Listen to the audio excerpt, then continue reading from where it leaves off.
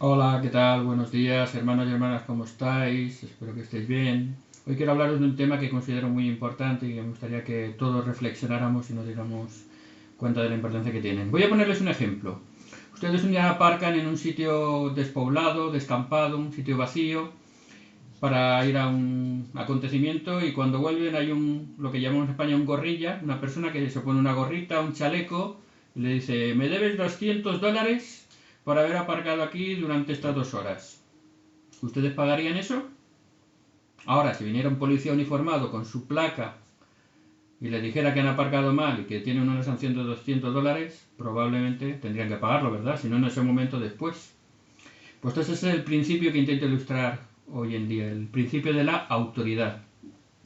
En todas las iglesias reclaman tener la autoridad de Dios para oficiar, para predicar y para enseñar en su nombre. Pero ¿cuál es realmente la iglesia que puede decir que tiene la autoridad de Dios para hacer todas las ordenanzas y cumplir con todas las cosas que el Señor ha mandado? ¿Quién realmente está autorizado por el Señor para administrar las ordenanzas y predicar el Evangelio?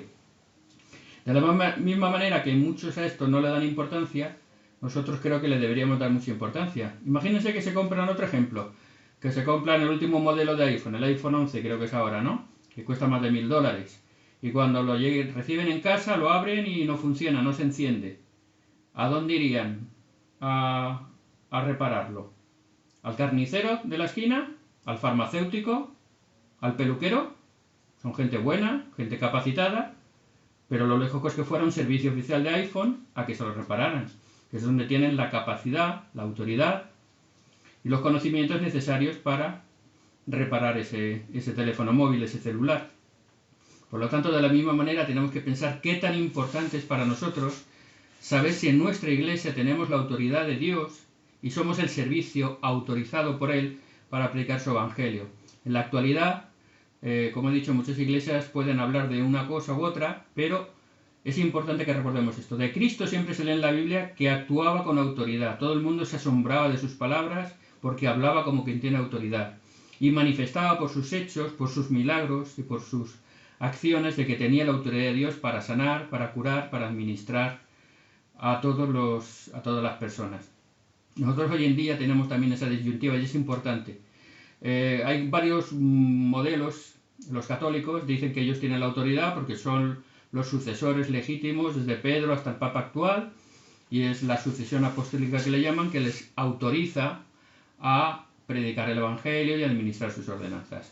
Los protestantes pues dicen que eran un remanente escogido, otros dicen que ni siquiera es necesario el sacerdocio, que solo fue sacerdote Cristo y que no hace falta, que cualquiera puede por la Biblia administrar las ordenanzas.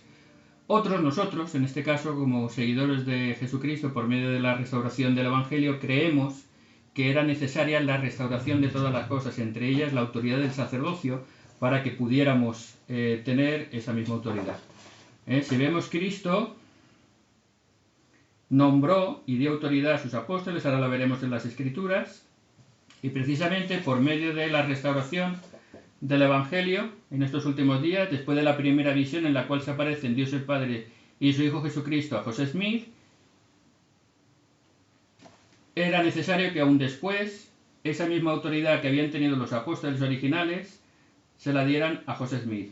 José Smith recibió de Pedro, Santiago y Juan, que eran los apóstoles originales de Jesucristo, esa misma autoridad para predicar el Evangelio y administrar sus ordenanzas. Por lo tanto, este es nuestro testimonio de que creemos que tenemos la autoridad de Dios necesaria para administrar sus ordenanzas por encima de todas las cosas. Es otro tema que veremos más adelante, exactamente la historia, el proceso para analizar si realmente era necesario esta restauración o no. Pero ahora lo que quisiera es enfatizar en la importancia de esa autoridad, porque muchos la desdeñan o no le dan importancia porque no la pueden demostrar, básicamente. Los católicos sí que, lógicamente, se ciñen a ella porque tienen razón, tienen la historia de su parte, pero todos los demás no lo tienen. Por eso digo que más adelante analizaré las diferentes versiones, pero lo que quisiera era enfatizar la necesidad de la autoridad. ¿Por qué es tan importante tener la autoridad? Porque la autoridad es el poder de Dios y todo lo que hacemos, si lo hacemos por nosotros mismos, es como el gorrilla que nos quiere colar una multa o como el carnicero que no va a poder reparar nuestro terminal, nuestro celular Es imposible. Necesitamos acudir a la fuente original para que podamos hacerlo. Y esa es la autoridad del sacerdocio. El Señor siempre ha conferido el sacerdocio a sus profetas, ha llamado a profetas en la antigüedad como Moisés, lo tenemos aquí en esta lámina, lo llamó por medio de la zarza ardiente y le dio la autoridad para liberar al pueblo de Israel. Así todos los profetas, Elías, Samuel, Isaías, Jeremías, Daniel, por manifestaciones divinas recibieron la autoridad para administrar las ordenanzas. Cristo mismo escogió a 12 discípulos y le dio la autoridad, ahora lo vamos a ver. Pero fíjese qué tan importante es la autoridad, que aquellos que pretenden tenerla, aun siendo buenísimas personas, aun creyéndose con todo corazón que la tienen, probablemente no la puedan tener si no la han recibido de la forma correcta. Vamos a recurrir a las Escrituras. En el capítulo 19 del libro de los Hechos, vemos como Pablo en Éfeso, que tenía la autoridad de Dios, había recibido una visión y había sido ordenado apóstol, hacía milagros. A partir del versículo 11, vemos cómo él hacía milagros y la gente se quedaba maravillada, ¿no?, de ver su autoridad y su poder. Dice, y hacía Dios milagros extraordinarios de manos de Pablo, de tal manera que aun se llevaban a los enfermos los paños o delantales de su cuerpo, y las enfermedades se iban de ellos y los espíritus malos salían. Dice, pero algunos de los judíos exorcistas ambulantes intentaron invocar el nombre del Señor Jesús sobre los que tenían espíritus malos, diciendo, os conjuro por Jesús, el que predica Pablo. Eran personas que tenían buen corazón, querían hacer el bien, invocaban a Jesús, pero no tenían la autoridad. Vamos a ver qué les pasó. Había pues 7 hijos de un tal Esceva, judío, jefe de los sacerdotes, que hacían esto. Pero respondiendo el espíritu malo, dijo, a Jesús conozco, y sé quién es Pablo, pero vosotros, ¿quiénes sois? ¿El carnicero? ¿Farmacéutico? Y el hombre, a quien estaba el espíritu malo, saltando sobre ellos y dominándolos, pudo más que ellos, de tal manera que huyeron de aquella casa desnudos y heridos. Esto fue notorio a todos los que habitaban en Éfeso. Vemos como, aunque tengamos la mejor voluntad del mundo, aunque queramos hacer el bien, si no somos llamados por Dios, si no tenemos su autoridad, vamos a equivocarnos y cometer errores.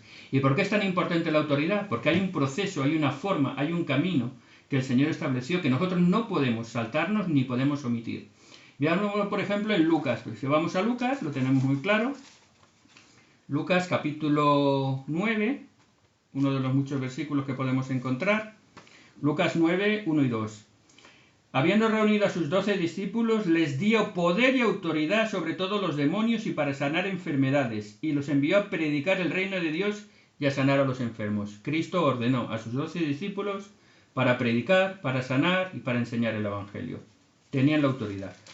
El versículo 1 y 2 del capítulo siguiente, de Lucas 10, no solo a los 12 apóstoles, sino a otros 70 también envió.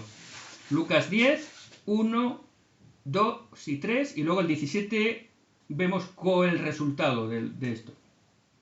Dice, después de esas cosas designó el Señor también a otros 70, quienes envió de 2 en 2, delante de él, a toda ciudad y al lugar donde él había de ir. Y les decía, la mies a la verdad es mucha, mas los obreros son pocos. Por tanto, rogad al Señor de la mies que envíe obreros a la mies. Id, he aquí yo os envío como corderos en medio de lobos. Y después de darle instrucciones, regresan. Leemos en el versículo 17, cuando regresan, dice, volvieron los 70 con gozo, diciendo, Señor, aun los demonios se nos sujetan en tu nombre. Habían recibido la autoridad, habían ejercido la fe y tenían el poder para hacer las mismas cosas que Cristo. Y dice, aquí yo os doy potestad de hollar serpientes y escorpiones sobre toda la fuerza del enemigo y nada os dañará.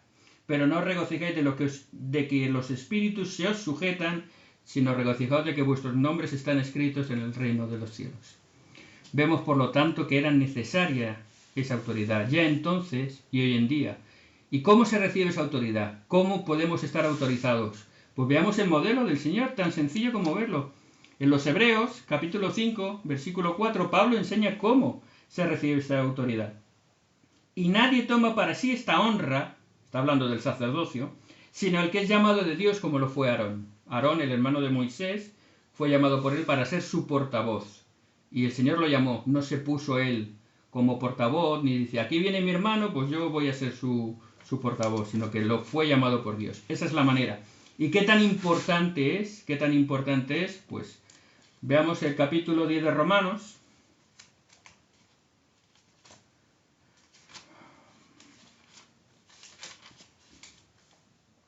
versículos 13 al 15.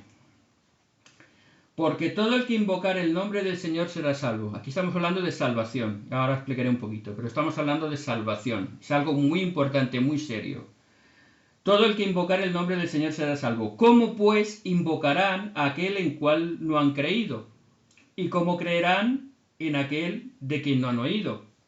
¿Y cómo irán sin haber quien les predique? ¿Y cómo predicarán si no fueren enviados? Ese es el proceso. Si Dios no nos envía, no podemos enseñar. Y si no enseñamos, la gente no escucha. Y si la gente no escucha, no puede salvarse. Por lo tanto, es importante.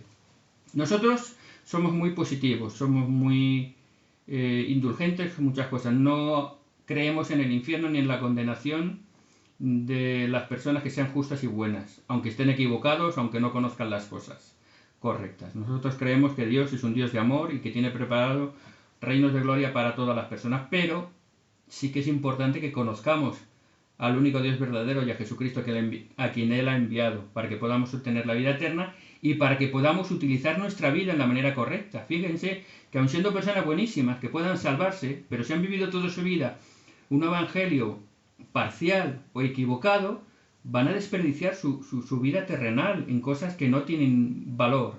Por eso es importante que tengamos claro a qué iglesia pertenecemos y qué tan importante es. Recordemos, Hechos 14, no solo Jesucristo llamó a los apóstoles, a los discípulos y a los 70, sino que en los Hechos 14, 21 al 23 seguimos viendo.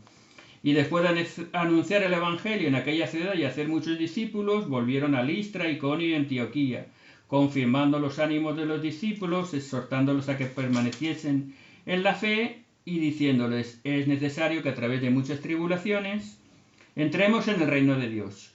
Y constituyeron ancianos en cada iglesia, y habiendo orado con ayunos, los encomendaron al Señor en quien habían creído. Es decir, que la iglesia se extendía por todo el mundo y por donde predicaban nombraban ancianos, les daban la autoridad para administrar las ordenanzas en su ciudad, en su congregación, en su localidad. Vemos como el proceso y la forma es necesaria. En Santiago 5, también 14, 15, dice, el que esté de vosotros afligido, le dice, llame a los ancianos y ungiéndolo con aceite le sanarán. Todos los ancianos en cada congregación tenían la autoridad del sacerdocio para hacer estas mismas cosas que Cristo dijo, enseñar el Evangelio, predicarlo, sanar enfermos, echar fuera demonios y hacer todas las cosas que es necesaria para nuestra salvación y para encontrar al Señor.